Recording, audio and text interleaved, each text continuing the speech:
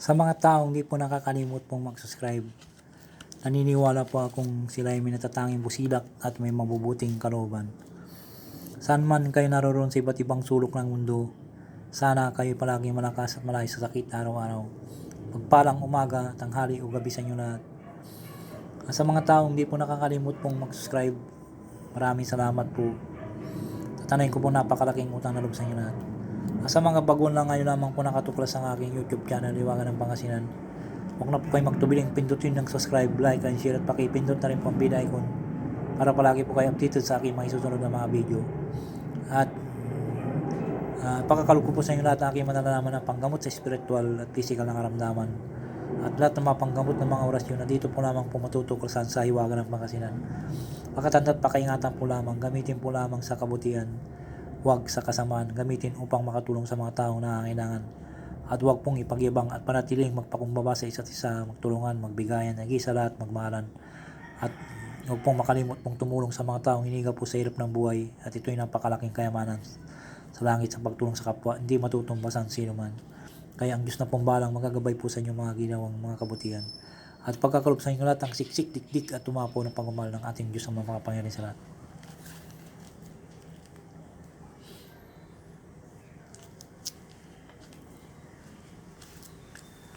Ang isi-share ko po ngayon po sa inyo lahat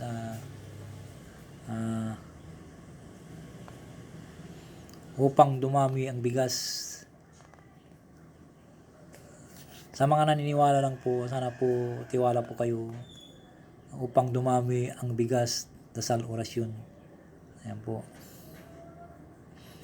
Isulat sa papel ng 3 beses, saka itupiin, ilagay sa empty bottle na plastic na may takip at ilagay sa bigasan ninyo. Ayan po.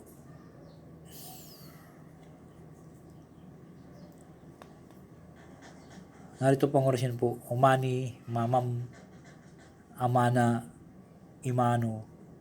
Amani, mamam, amana, imano. Umani, mamam, amana, imano. Isulat sa papel ng 3 beses at ilagay sa empty bottle at ilagay sa bigasan po. Yan po. Sa mga naniniwala po, maraming salamat po sa inyo lahat. Kung di po kayo naniwala ay subukan nyo po para makamtan nyo po.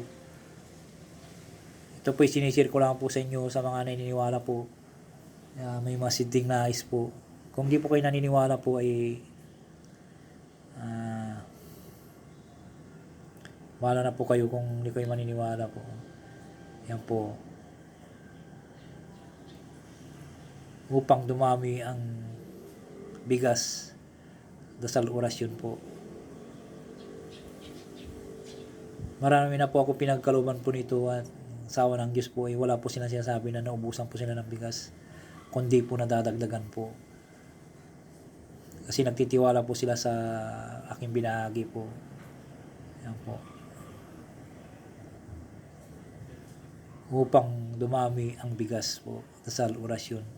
Isulat sa papel ng 3 beses, saka itupiin, ilagay sa empty bottle na plastic na may takip at ilagay sa bigasan nyo. Umani, mamam, amana, imano. Amani, umani, mamam, imana, imano. Sulat sa papel ng 3 beses at ilagay sa empty bottle at ilagay sa bigasan nyo. Yan po.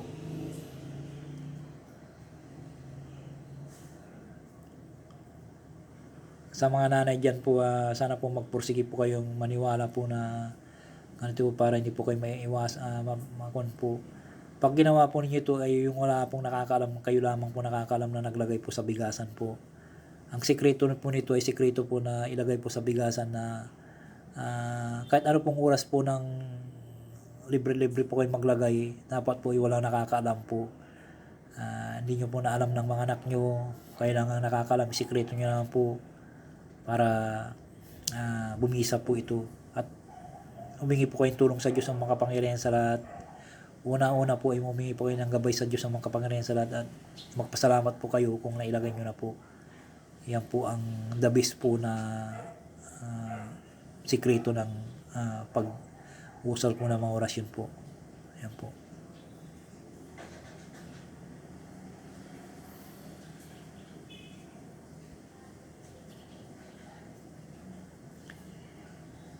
Maraming salamat po sa inyo lahat. Sana po nagustuhan po yung aking binahagi naman po.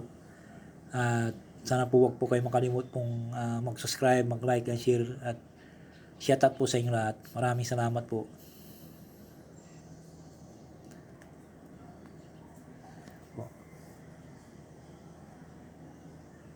Screenshot niya po, screenshot para makakuha niyo po.